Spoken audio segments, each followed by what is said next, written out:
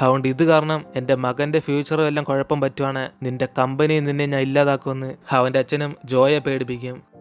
എന്നിട്ട് ഇവിടെ കിംബമാണ് നാളെ ടേയങ് ഇവരുടെ കോളേജിലേക്ക് വരാൻ പോകാന്നറിഞ്ഞ് ഇവരുടെ ബാൻഡൊക്കെ ഡെക്കറേറ്റ് ചെയ്യണമെന്ന് പറയും. അപ്പോഴാണ് ഇത് കേട്ട് അവരെല്ലാം ഷോക്കായിട്ട്, എന്തുവാ ടേയങ് നമ്മുടെ കോളേജ് വരുമെന്ന് പറഞ്ഞ് നമ്മൾ എന്തിനാ ഡെക്കറേറ്റ് ചെയ്യുന്നത്, നമുക്കൊന്നും അവനെ വെൽക്കം ചെയ്യണ്ട, അവൻ നമ്മുടെ ബാൻഡ് വേണ്ടെന്ന് വെച്ചിട്ട് പോയതല്ലേ. എന്നിന് ഇവരൊക്കെ എതിർക്കുമ്പോഴാണ് കിംബമാണ് എന്തായാലും നമ്മുടെ ടേയങ്ങല്ലേ വരുന്നതെന്ന് പറഞ്ഞ് അവൻ കാരണം നമുക്ക് സപ്പോർട്ട് ഇട്ടെന്ന് പറയും. അപ്പോഴാണ് അവിടേക്ക് വരുന്ന സാഖ്യം തീർച്ചയായിട്ടും ഇവർ പറയുന്ന പോലെ അവനിത് സമ്മതിക്കാൻ പറ്റത്തില്ലെന്ന് പറയും. കാരണം ടേയങ് അവിടേക്ക് വരുന്നത് ഇവന് വലിയ താല്പര്യമില്ല. അതുകൊണ്ട് നമ്മൾ ആരും തന്നെ നാളെ സ്റ്റുഡിയോയിലേക്ക് പോകുന്നില്ലെന്നറിഞ്ഞ് ഇവരൊക്കെ തീരുമാനിക്കുമ്പോൾ കിംബമാണ് അവൾക്ക് ടേയങ്ങിനെ വെൽക്കം ചെയ്യാൻ താല്പര്യമുണ്ട്, പക്ഷെ ഇവരാരും തന്നെ അതിനെ സമ്മതിക്കുന്നില്ല. അങ്ങനെ അതുകൊണ്ട് തന്നെ ഇവിടെ ടേയങ്ങിനെ പറഞ്ഞ് സാഗിയും കിംബം തമ്മിൽ വഴക്കാകുമ്പോഴാണ് ഇത് കണ്ട് ജിന്നും കസിനും കൂടെ പേടിച്ചിട്ട് പെട്ടെന്ന് അവർക്ക് ടേയങ് വന്ന ഇപ്പൊ എന്തുവാ, അവൻ വരുന്നുണ്ട് നമുക്കല്ലേ അവൻ ചെലവഴിക്കുന്നത്, നമുക്ക് ഇൻസ്ട്രുമെന്റ് കിട്ടി നമുക്ക് ഭാഗ്യം, അതുകൊണ്ട് നമുക്ക് അവനെ വെൽക്കം ചെയ്ത് ഒരു പാട്ടൊക്കെ പാടാം എന്ന് ഇവര് പെട്ടെന്ന് മനസ്സ് മാറ്റും. പക്ഷെ ഇവിടെ സാഗിയുടെ മനസ്സാണ് മാറാതെ നാളെ ഒരിക്കലും ടേയങ് നമ്മുടെ സ്റ്റുഡിയോനകത്ത് കാലെടുത്ത് വെക്കത്തില്ലെന്ന് പറഞ്ഞ് ഇവൻ അവിടെ നിന്ന് ദേഷ്യത്തിൽ പോകും. അതിനുശേഷം കിംബമും അവനെ കാണാൻ വേണ്ടി പുറത്തേക്ക് വരുമ്പോഴാണ്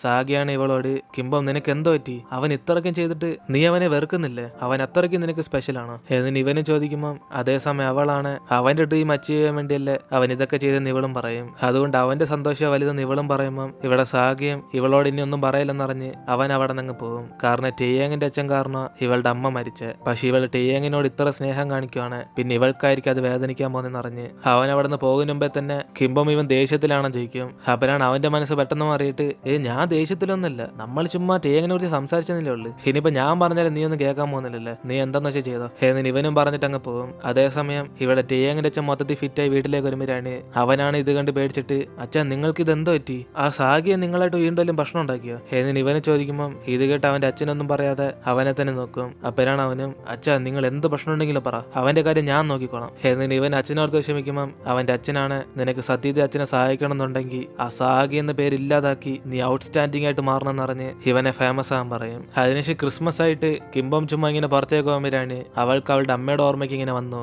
അങ്ങനെ ക്രിസ്മസ് സമയത്ത് അവളുടെ അമ്മ അവൾക്ക് വേണ്ടി കുറെ ഡെക്കറേഷൻ ഒക്കെ ചെയ്തോണ്ടിരിക്കുമ്പോൾ ഇവളാണ് വിളിച്ചിട്ട് ഫോൺ എടുക്കാത്തോണ്ട് അമ്മ ഓർത്ത് ഞാൻ പേടിച്ചോയെന്ന് അറിഞ്ഞ് അവള് കരഞ്ഞോണ്ടിരിക്കും. അപ്പോഴാണ് ഇവളുടെ അമ്മയും ഞാൻ എപ്പോഴും നിന്നെ ഒറ്റയ്ക്കായിട്ട് പോകത്തില്ലെന്ന് പറഞ്ഞ് അവരവളെ സമാനപ്പെടുത്തുമ്പോഴാണ് ഇവൾ അതൊക്കെ ആലോചിച്ചൊക്കെ വിഷമിച്ചോണ്ട് തിരിച്ചിപ്പോ വീട്ടിലേക്ക് വരും. അപ്പോഴാണ് സാഗിയുടെ അമ്മയാണ് സാഗിക്ക് ഒരു പോസ്റ്റ് ഇട്ടേക്കുന്നത്. അങ്ങനെ അതെടുത്ത് അവൾ നോക്കുമ്പോഴാണ് അവന്റെ അമ്മ അതിനകത്ത് എഴുതിയേക്കും, ഇവന്റെ കണ്ണ് ഓപ്പറേഷൻ കാരണം ഇവരൊരുമിച്ച് ഐസ്ലാൻഡിൽ പോകാൻ പറ്റാത്തോണ്ട് ഇനി അടുത്ത പ്രാവശ്യം നമുക്ക് പോകാന്ന് പറഞ്ഞ് അവന്റെ അമ്മ എഴുതിട്ടേക്കും. അപ്പോഴാണ് ഇത് വായിച്ചു നോക്കിയിട്ട് അവളാണ് മുകളിൽ നിന്ന് വിളിക്കുന്ന സാഗിയെ നോക്കുമ്പോൾ ഇവൾക്ക് ഇവളുടെ അമ്മയെ കാണുന്ന പോലെ തോന്നും. അങ്ങനെ അതിനുശേഷം അവൾ അകത്തേക്ക് കയറി ചെല്ലുമ്പോഴാണ് ഇവൾക്ക് മനസ്സിലാന്ന് സത്യത്തിൽ ഇവളുടെ അമ്മയുടെ കണ്ണ് സാഗിക്കാണ് മാറ്റി വെച്ചേക്കുന്നതെന്ന്. അങ്ങനെ ആ ഒരു കൺഫ്യൂഷനോടെ ഇവൾ അവനെ കാണാൻ വേണ്ടി ചെല്ലുമ്പോഴാണ് ഇവന് ക്രിസ്മസ് ഡെക്കറേഷൻ ചെയ്തൊക്കെ ഇവളോട് ഇപ്പൊ എങ്ങനെ ഉണ്ടെന്ന് ചോദിക്കും. അപ്പോഴാണ് അവളാണ് ഒന്നും പറയാതെ അവനെ തന്നെ നോക്കിക്കൊണ്ടിരിക്കുമ്പോൾ അവന് ചെറിയ ടെൻഷനായിട്ട്, എന്തോ പറ്റി, ഇതൊന്നിനും കൊള്ളത്തില്ല, എന്തെങ്കിലും റിയാക്ഷനിലും കൂടെ എന്നാലും എനിക്ക് മനസ്സിലാക്കാൻ പറ്റത്തുള്ളൂ, ഇനിയിപ്പോ ഞാൻ ദേഷ്യപ്പെട്ട് ഇനിയിപ്പോ സംസാരിച്ചോണ്ട് നിനക്ക് എന്നോട് വിഷമല്ലോ ഉണ്ടോ, അങ്ങനെയാണ് പറഞ്ഞേക്ക് എന്ന് ഇവൻ ചോദിക്കുമ്പോഴാണ് അവളും, അതൊന്നുമില്ല, എനിക്ക് നിന്നോട് ഒരു കാര്യം പറയണം, ഇനി തൊട്ട് നീ എപ്പോഴും എന്റെ അമ്മയുടെ അടുത്ത് നിന്ന് ആ ഫ്ലവേഴ്സ് ഒന്ന് മാറ്റി വെക്കണ്ട, കാരണം എന്റെ ആഗ്രഹം ഇപ്പൊ സഹായിച്ച് എന്ന് ഇവൾ പറയുമ്പോഴാണ് അവനും, ഞാൻ ഫ്ലവേഴ്സ് വെച്ച് നീ എങ്ങനെ കണ്ട്, കുഴപ്പമില്ല, അത് എനിക്ക് തോന്നുന്നുണ്ട് ഞാൻ ചെയ്യുന്നേ ഉള്ളു, അതെന്റെ ഇഷ്ടമല്ലേ, എന്തായാലും ഞാൻ അന്ന് നിന്നോട് പ്രോമിസ് ചെയ്തില്ല നമ്മൾ ഒരുമിച്ച് നിന്റെ അമ്മയെ കാണാൻ പോകുന്നു, അതുകൊണ്ട് ആ വാക്കിന്ന് ഞാൻ പിന്മാറത്തില്ല എന്ന് ഇവൻ പറയുമ്പോഴാണ് അവളും, സാഗിയ അന്ന് നിനക്ക് എന്റെ കൂടെ വരാൻ പറ്റാത്ത കുറ്റബോധത്തിലാണോ നീ എപ്പോഴും അവിടേക്ക് ചെല്ലുന്നത്, എങ്കിൽ പിന്നെ ഇനി എന്റെ ആവശ്യമൊന്നുമില്ല, കാരണം എന്റെ അമ്മ ഇപ്പൊ എന്നോട് പറഞ്ഞ് അവർക്ക് നിന്നോട് ദേഷ്യമൊന്നുമില്ലെന്ന് എന്നിന് അവൾ പറയുമ്പോഴാണ് അവനും, അതെങ്ങനെ നിനക്കറിയാം നിന്റെ അമ്മ അങ്ങനെ വിചാരിക്കുവാന്ന് എന്നിന് ഇവന് ചോദിക്കുമ്പോൾ അവളും, എന്റെ അമ്മയുടെ കണ്ണുകൊണ്ട് എനിക്കറിയത്തില്ലെന്ന് അറിഞ്ഞ് ഇപ്പൊ സാഗിയെ നോക്കി പറയും. അങ്ങനെ അതോടെ അവനാണ് മൊത്തം ഷോക്കായി പോകും. എന്നിട്ട് അവനും കുറച്ച് കുറ്റബോധത്തോടെ ഇവളോട് സോറി പറയുമ്പം ഇത് കേട്ട് അവളാണ്, സാഗിയ നീ എന്തിനാ എന്നോട് സോറി പറയുന്നത്, എനിക്ക് സന്തോഷമേ ഉള്ളു എന്റെ അമ്മയുടെ കണ്ണ് നിനക്ക് കിട്ടിയത്, ഞാനതൊന്ന് തൊട്ടു നോക്കിക്കോട്ടെ എന്നിന് ഇവളും അവളുടെ അമ്മയുടെ കണ്ണിങ്ങനെ തൊട്ടു നോക്കി സന്തോഷപ്പെടും. അതിനുശേഷം അവളും ഇവൻ കുറച്ച് ഗിൽറ്റി ആയിട്ട് ഫീൽ ചെയ്യാന്ന് മനസ്സിലാക്കി ഇവൻ അവൾ വിഷമിക്കാതിരിക്കാൻ വേണ്ടി പറയും. കാരണം അവളുടെ അമ്മ ഇവൻ ഇവിടെയൊക്കെ പറഞ്ഞയച്ച പോലെ അവൾക്ക് ഫീൽ ചെയ്യുന്നത്, അതുകൊണ്ട് ഇവൻ വന്ന് സന്തോഷമുള്ളെന്ന് അറിഞ്ഞ് അവനെ ആശ്വാസപ്പെടുത്തും. അതിനുശേഷം കിംബോമിനും അവളുടെ അമ്മയെ കുറിച്ചുള്ള വിഷമമൊക്കെ മറന്നിട്ട് അവൾ അന്നോട്ട് സമ്മാനത്തിൽ കിടന്നുറങ്ങും. ഇതേസമയം അടുത്ത ദിവസം സാഗിയാണ് ഇനിയിപ്പോ ഇവളുടെ അമ്മ മരിച്ച കാര്യം ഇവളോട് പറയുവാണ്, അവളുടെ സന്തോഷമൊക്കെ ഇല്ലാതായി പോകുന്നറിഞ്ഞ് അവൻ എന്ത് ചെയ്യണമെന്ന് ആലോചിച്ചുകൊണ്ടിരിക്കും. അതേസമയം ഇവിടെ ജോയും അവന്റെ ബോഡി ഗാർഡിനെ വീണ്ടും തിരിച്ചു വിളിക്കുമ്പോഴാണ് ആ ബോഡി ഗാർഡാണ് ചെയ്ത തെറ്റിനൊക്കെ ഇപ്പൊ വീണ്ടും സോറി പറയും. അപ്പോഴാണ് ജോയും ഞാൻ നിന്നെ ക്ഷമിക്കണമെങ്കിൽ നീ എനിക്കൊരു കാര്യം ചെയ്യണം. 6 വർഷം മുമ്പ് ആ സാഗ്യ ഞാൻ പറയുന്ന ഡേറ്റ് എവിടെ ആയിരുന്നു എന്നുള്ള പ്രൂഫ് എനിക്ക് വേണം. നിന്നെ കൊണ്ട് പറ്റുന്ന ഇൻഫർമേഷൻ നീ കളക്ട് ചെയ്തോ. അവനെ കുറിച്ച് ഒരു ചെറിയ ഡീറ്റെയിൽ പോലും മിസ്സാവല്ലേ. എന്നിനെ ജോയ് ഇപ്പൊ അവനെ പറഞ്ഞയക്കും. അതിനുശേഷം കോളേജിലേക്ക് വന്ന കിംബം അവരെല്ലാരും കൂടെ ടേയങ്ങിന് ഇൻവൈറ്റ് ചെയ്യാൻ വേണ്ടി അവരുടെ സ്റ്റുഡിയോ മൊത്തം ഡെക്കറേറ്റ് ചെയ്യുമ്പോഴാണ് അവിടേക്ക് സാഗ്യ അവരെ സഹായിക്കാൻ വേണ്ടി വരും. അപ്പോഴാണ് ഇത് കണ്ട് അവരെല്ലാരും കൂടെ നീ ഇതിന് സമ്മതിച്ചില്ലല്ലോ എന്ന് പറഞ്ഞ് അവരൊക്കെ ചോദിക്കുമ്പോൾ അവനാണ് പറയുന്നിട്ട് എല്ലാരും പറഞ്ഞ വാക്കനുസരിച്ച് സത്യസന്ധമായിട്ട് ഇരിക്കുന്ന പോലെയാണല്ലോ എന്ന് പറഞ്ഞിട്ട് അവന്റെ വാക്ക് ഇപ്പൊ മാറ്റിയെന്ന് പറയും. അങ്ങനെ അതുകൊണ്ട് ഇവരെല്ലാരും കൂടെ ടേയങ് വരാൻ വേണ്ടി അത് ഫുള്ളും ഡെക്കറേറ്റ് ചെയ്തുകൊണ്ടിരിക്കും. അതിനുശേഷം ടേയങ് അവിടേക്ക് വരുമ്പോഴാണ് അവിടേക്ക് എല്ലാരും കൂടെ ഈ കോളേജിനെ കുറിച്ച് അവന് സംസാരിക്കാൻ പറയും. അപ്പോഴാണ് അവന് സന്തോഷത്തി ഇവിടെ എന്റെ ക്ലാസ് റൂം, പിന്നെ ഞാൻ പ്രാക്ടീസ് ചെയ്യുന്നൊക്കെ അവിടാന്ന് പറഞ്ഞ് അവൻ എല്ലാവരോടും സംസാരിച്ചോണ്ടിരിക്കും. അതിനുശേഷം അവനിങ്ങനെ അകത്തേക്ക് വരുമ്പോഴാണ് ഇവിടെ സാഗ്യ അവരെല്ലാരും കൂടെ ഇവനെ വെൽക്കം ചെയ്യാൻ വേണ്ടി വെയിറ്റ് ചെയ്തോണ്ടിരിക്കും. അപ്പോഴാണ് ടേയങ് ആണ് സാഗ്യ കണ്ടുടനെ അവന്റെ അച്ഛനായിട്ട് വഴക്കുണ്ടാക്കി ഓർമ്മ വരും. അതുകൊണ്ട് അവന് മനഃപൂർവ്വം ഇവരെ അവോയ്ഡ് ചെയ്ത് പോകാൻ നോക്കുമ്പോൾ അവരാണ് ടേയങ്ങിനോട് നമ്മുടെ സ്റ്റുഡിയോ ഇവിടെ ഉള്ള കാര്യം മറന്നുപോയും ചോദിക്കും. അപ്പോഴാണ് ടേയങ്ങും സോറി ഞാൻ മറ്റേ ബാൻഡ് കാണാൻ വേണ്ടി വന്ന്, നിങ്ങളായിരിക്കും തെറ്റിരിച്ച് എന്നിട്ട് അവനും പറഞ്ഞ ഉടനെ അവന്റെ പഴയ ബാൻഡിലെ ഫ്രണ്ട്സ് എല്ലാം കൂടെ അവനെ വെൽക്കം ചെയ്യും. അപ്പോഴാണ് ഇത് കണ്ട് ഇവന്മാരെയൊക്കെ ഇങ്ങനെ ദേഷ്യത്തിരിക്കുന്നത്. അതുകൊണ്ട് സാഗ്യം നമ്മുടെ ടൂസാഗി നീ മറന്നുവെന്ന് പറഞ്ഞ് അവൻ അടുത്തിരുന്ന് വിളിക്കുമ്പോൾ ടേയങ്ങാണ് ടൂസാഗി എപ്പോഴേ നിങ്ങൾ നിർത്തിയെന്നല്ലേ പറഞ്ഞ, നിങ്ങളത് വീണ്ടും തുടങ്ങിയോ, ഞാൻ അറിഞ്ഞില്ല സോറി. എന്നിട്ട് അവനും പറഞ്ഞ് മറ്റേ ബാൻഡിനെ കാണാൻ പോകുമ്പോൾ ഇവിടെ ജിന്നാണ് ദേഷ്യത്തി ടേയങ്ങിനെ അടിക്കാൻ വേണ്ടി വരും. അപ്പോഴാണ് സാഗ്യ തടഞ്ഞിട്ട് ക്യാമറയ്ക്ക് ഇരിക്കുന്ന കണ്ടാളിയോന്ന് പറഞ്ഞ് അവനെ സൈലന്റ് ആക്കും. അതിനുശേഷം സാഗ്യം ടേയങ്ങിനോട് ഇവൻ അവന്റെ അച്ഛനെ പോലെയാന്ന് പറയും. അങ്ങനെ ഇവരെല്ലാം ടേയങ് നമ്മളെ മൊത്തം നാണം കെടുത്തെന്ന് പറഞ്ഞ് കട്ട ദേഷ്യത്തിരിക്കുമ്പോൾ കസിനാണ്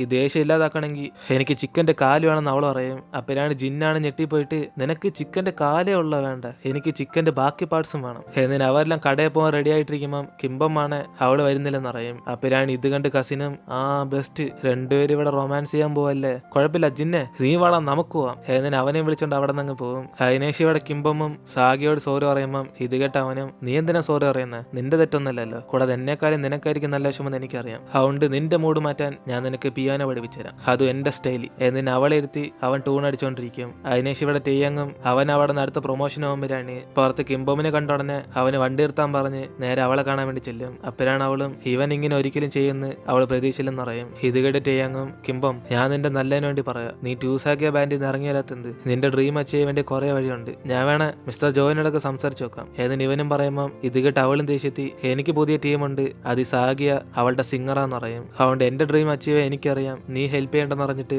അവനെ സൈലന്റ് ആക്കും. ഇത് കേട്ട് ടേയങ്ങാണ് വിഷമിച്ചിട്ട് പക്ഷെ നീ അവന്റെ കൂടെ ചേരുവാണ് നിനക്ക് ഫേമസ് ആകാൻ പറ്റത്തില്ല, കുറെ നെഗറ്റിവിറ്റി കിട്ടത്തേ ഉള്ളു. എന്നിട്ട് ഇവൻ പറയുമ്പോഴാണ് അവളും ടേയങ് നീ എന്തോ എന്നോട് ഇങ്ങനെ സംസാരിക്കുന്നത്, ഞാൻ നിന്നെ എപ്പോഴും സപ്പോർട്ട് ചെയ്യാൻ ആഗ്രഹിച്ചിട്ടുള്ളൂ, പക്ഷെ നിന്റെ സംസാരം എനിക്ക് അങ്ങനെ തോന്നുന്നില്ല. എന്നിട്ട് ഇവളും പറഞ്ഞിട്ട് പോകാൻ നോക്കുമ്പോൾ അവനാണ് പോകലെന്ന് പറഞ്ഞ് ഇവിടെ തടഞ്ഞിർത്തും. അങ്ങനെ നിന്റെ അടുത്ത് മാറി നിൽക്കാൻ നോക്കിയാലും എനിക്ക് എപ്പോഴും നിന്റെ ഓർമ്മ വരുന്നെന്ന് പറഞ്ഞ് അവനെല്ലാം ദേഷ്യത്തിൽ സംസാരിച്ചിട്ടുണ്ട് ഇവളോട് സോറി പറയും. അപ്പോഴാണ് അവളാണ് അവനോട് നിനക്ക് എന്നോട് ഇഷ്ടമുണ്ടെന്നറിയാം, പക്ഷെ എനിക്ക് അതേപോലെ നിന്നെ സ്നേഹിക്കാൻ പറ്റത്തില്ല, അതുകൊണ്ട് നമ്മൾ തമ്മിലുള്ള ബന്ധം ഇതോടെ നിർത്തുന്നതായിരിക്കും നല്ലത്, ഞാൻ നിന്റെ നമ്പർ ഡിലീറ്റ് ചെയ്യാൻ പോവുക, അതുകൊണ്ട് ഇതാ നമ്മൾ തമ്മിൽ അവസാനമായിട്ട് കാണുന്നത്. എന്നിട്ട് അവള് പറഞ്ഞിട്ട് അവിടെ നിന്ന് പോയ ഉടനെ അവൻ അവിടെ അപ്സെറ്റ് ആയി നിൽക്കും. അപ്പോഴാണ് ഇവിടെ കിംബവും പഴയതൊക്കെ ഓർത്ത് നോക്കുന്നത്. അവളുടെ അമ്മ മരിച്ചപ്പോൾ തൊട്ട് അവള് മൊത്തത്തിൽ തകർന്നു വരുന്ന. അങ്ങനെ ആ സമയത്തൊക്കെ ടേയങ് മാത്രം ഇവളുടെ കൂടെ ഉള്ളായിരുന്നു. അങ്ങനെ ഇവള് രാത്രി സമയത്ത് വീട്ടിൽ നിന്ന് ഇറങ്ങി പോയ കാര്യമൊക്കെ അറിഞ്ഞ് അവനായിരിക്കും സുരക്ഷയായിട്ട് അവളെ തിരിച്ച് വീട്ടിലേക്ക് കൊണ്ടുവരുന്നത്. അങ്ങനെ ഓരോ ദിവസം അവൻ അവളുടെ പുറകെ തന്നെ നടന്ന് ഇവളെ കോളേജിൽ വീണ്ടും വരാൻ വേണ്ടി പറയും. അങ്ങനെ അവൻ ഫോഴ്സ് ചെയ്തോണ്ടാ ഇവളിപ്പോ ഈ നിലയിൽ നിൽക്കുന്നത്. അങ്ങനെ അതൊക്കെ ആലോചിച്ച് നോക്കിയിട്ട് ഇവളും എന്നെ കോളേജിലേക്ക് പറഞ്ഞതിന് താങ്ക്സ് എന്ന് പറഞ്ഞ് അവൾ അതൊക്കെ ഒരിക്കലും മറക്കത്തില്ലെന്ന് വിചാരിച്ചോണ്ട് ഇവന് ഗുഡ് ബൈ പറഞ്ഞ് അവിടെ നിന്ന് പോകും. അതേസമയം ഇവിടെ സാഗ്യം ഈ കിംബം എന്നെ ഒറ്റയ്ക്കാക്കിയിട്ട് ചിക്കന്റെ കാല് കഴിക്കാൻ പോയെന്നറിഞ്ഞ് ഇവൻ ആലോചിച്ചോണ്ടിരിക്കുമ്പോൾ അവളുടെ ആന്റിയാണ് ഇവന് ഫോൺ വിളിച്ചിട്ട് അവരുടെ സാലറിയിൽ നിന്ന് കുറച്ച് അഡ്വാൻസ് കിട്ടുമെന്ന് ചോദിക്കും. കാരണം അവർ പുതിയ ഫ്രിഡ്ജ് വാങ്ങിക്കാൻ വേണ്ടി കടയിൽ നിൽക്കുക. അപ്പോഴാണ് ഇത് കേട്ട് അവനാണ് ഷോക്കായിട്ട് അയ്യോ കാശോ നിങ്ങൾ തീർച്ചയായിട്ടും ഇപ്പൊ തന്നെ വേണോ എന്ന് ഇവനും ചോദിക്കുമ്പോൾ ആന്റിയാണ് ദേഷ്യത്തി അതെന്തോടാ ഞാൻ എന്റെ പൈസയിൽ ചോദിക്കുന്നത്, നിനക്കത് തരാൻ പറ്റത്തില്ല എന്ന് അവര് പേടിപ്പിക്കുമ്പോഴാണ് ഇവനാണ് ഫോൺ ദൂരെ വെച്ചിട്ട് സോറി എനിക്ക് റേഞ്ച് ഇല്ലെന്നാ തോന്നുന്നത്, ഞാൻ പിന്നെ വിളിക്കാം കേട്ടോ എന്ന് അവനും പെട്ടെന്ന് ഫോൺ കട്ട് ചെയ്തിട്ട് പിന്നീട് അവരുടെ കോൾ എടുക്കത്തേ ഇല്ല. കാരണം സാഗ്യ അവന്റെ കയ്യിൽ നിന്ന് പൈസ ഇട്ടാണ് ഇവർക്കെല്ലാം ശമ്പളം കൊടുത്തത്. പക്ഷെ ഇപ്പൊ അവന്റെ സൂട്ട് കേസ് ഇല്ലാത്തോണ്ട് ഇവന്റെ ഒട്ടും പൈസ ഇല്ല. അതിനുശേഷം ഇവിടെ ജോയാണ് അറിയാൻ വരും 6 വർഷം മുമ്പ് ആക്സിഡന്റ് നടക്കുന്ന സമയത്ത് സാഗ്യ കണ്ണ് ഓപ്പറേഷന് വേണ്ടി ആശുപത്രി കടന്നെയാണ്. ഇതേ സമയം സാഗ്യം അവർക്കൊക്കെ ശമ്പളം കൊടുക്കാൻ വേണ്ടി അവന് പാർട്ട് ടൈം ജോബിനാവും. കാരണം ഇവർക്ക് ഇനി പെർഫോമൻസ് ഒന്നുമില്ല. അങ്ങനെ അതുകൊണ്ട് അവർക്ക് ശമ്പളം കൊടുക്കാൻ വേണ്ടി ഇവന് ഡെലിവറി പണി ചെയ്യുമ്പോഴാണ് ഇവന്റെ വണ്ടി ഉണ്ടെന്ന് കള്ളം പറഞ്ഞിട്ട് അവസാനം ഓടിയായിരിക്കും എല്ലാ ഡെലിവറിയും ചെയ്തോണ്ടിരിക്കുന്നത്. അങ്ങനെ അവസാനം പൈസയൊക്കെ ഉണ്ടാക്കിയിട്ട് ആ വീട്ടിലേക്ക് പോകാൻ വേണ്ടി ഇറങ്ങുമ്പോഴാണ് ജോയാണ് ഇവനെ ഫോൺ വിളിച്ച് ഇപ്പൊ നേരിട്ട് വരാൻ വേണ്ടി പറയും. അങ്ങനെ അതുകൊണ്ട് അവനും എന്നെ തന്നെ ഇപ്പൊ വിളിച്ചെന്നറിഞ്ഞ് അവൻ അയാളെ കാണാൻ ചെല്ലുമ്പോഴാണ് ജോയും ടേയങ്ങിന്റെ അച്ഛനും കൂടെ ഇവന്റെ മെഡിക്കൽ റെക്കോർഡ് കാണിച്ചിട്ട് ആ സമയത്ത് അവളുടെ അമ്മയുടെ കണ്ണ് നിനക്ക് മാറ്റി വെച്ചപ്പോ നീ എങ്ങനെയാണ് ആക്സിഡന്റ് സ്ഥലത്ത് നിന്നേന്ന് പറഞ്ഞ് ഇവർ രണ്ടുപേരും അവനെ ചോദ്യം ചെയ്യും. അപ്പോഴാണ് ഇത് കേട്ട് അവനാണ് എനിക്ക് നല്ലോണം ഓർമ്മയുണ്ട്, നിങ്ങൾ രണ്ടുപേരും അവരാ രാത്രി ഇടിച്ചിട്ടിട്ട് പോയ, അതുകൊണ്ട് നിങ്ങൾ ഇതുകൊണ്ടൊന്നും എന്നെ ബ്ലാക്ക് മെയിൽ ചെയ്യാൻ പറ്റത്തില്ല എന്നിന് അവൻ പറയുമ്പോഴാണ് അവർ രണ്ടുപേരും ആണോ, പക്ഷെ ആ സമയത്ത് നിനക്ക് കാഴ്ചയില്ലായിരുന്നല്ലേ, വെറുതെ ഞങ്ങളെ ഇങ്ങനെ കുറ്റം പറയണ്ട, ഇനിയിപ്പോ നീ ഇതിന്ന് പിന്മാറില്ല, നീ ഞങ്ങൾക്ക് നേരെ തെറ്റായിട്ടുള്ള ഒരു കേസ് ഉണ്ടാക്കി എന്ന് പറഞ്ഞ് ഞങ്ങൾ തന്നെ പോലീസിനോട് റിപ്പോർട്ട് ചെയ്യും, അതിന് ഈ മെഡിക്കൽ റെക്കോർഡ് തന്നെ മതി സാക്ഷിയായിട്ട് എന്നിട്ട് ടേയങ്ങിന്റെ അച്ഛനും പറഞ്ഞു കൊടുക്കുമ്പോൾ അവനാണ് നിങ്ങളെ കൊണ്ട് പറ്റുന്ന ചെയ്താന്ന് പറഞ്ഞിട്ട് ഹരീഷ് ഇത് കേസായാൽ പോലും ഇതിനെക്കുറിച്ച് കുറെ ഡീറ്റെയിൽസ് ഇവന് കിട്ടത്തേയുള്ളെന്ന് പറയും. അപ്പോഴാണ് അവരാണ് ഇവനോട് ചൂടായിട്ട് അപ്പൊ എവിഡൻസ് കിട്ടത്തേ ഉള്ളു, അതിനടുത്ത് നിന്റെ എവിഡൻസ് ഇല്ല എന്നിട്ട് അവർ ഓരോന്ന് പറഞ്ഞു ലോക്ക് ചെയ്യാൻ നോക്കിയാലും അവൻ എന്താന്ന് വെച്ചാൽ ചെയ്തെന്ന് പറഞ്ഞ് അവൻ അവിടെ നിന്ന് പോകും. അപ്പോഴാണ് ജോയും അവനെതിരെ കേസ് കൊടുക്കണം ചോദിക്കുമ്പോൾ ടേയങ്ങിന്റെ അച്ഛനാണ് തൽക്കാലം വേണ്ട, സമയം വരുമ്പോൾ നമുക്ക് ഇത് യൂസ് ചെയ്യാന്ന് പറഞ്ഞ് വെയിറ്റ് ചെയ്യാൻ വേണ്ടി പറയും. എന്നാലും അവൻ എങ്ങനെയായിരിക്കും ആക്സിഡന്റ് കണ്ടെന്ന് പറഞ്ഞ് ഇവര് കൺഫ്യൂസ് ആയിരിക്കുമ്പോൾ ടേയങ്ങിന്റെ അച്ഛനും ഇവന്റെ ബോഡി ഗാർഡ് ഒരു കില്ലാടിയാന്ന് പറഞ്ഞിട്ട് അവനെ കൊണ്ട് ഈ മെഡിക്കൽ റെക്കോർഡ് തന്നെ വാങ്ങിക്കാൻ പറ്റുമെങ്കിൽ അവനെ കൊണ്ട് വേറെ കുറെ പണി ചെയ്യാൻ പറ്റുമെന്ന് പറഞ്ഞ് അവന് നല്ലോണം ഫോഴ്സ് ചെയ്യാൻ പറയും.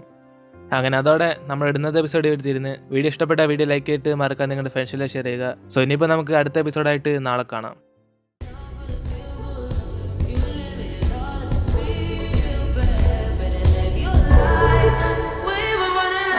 Maybe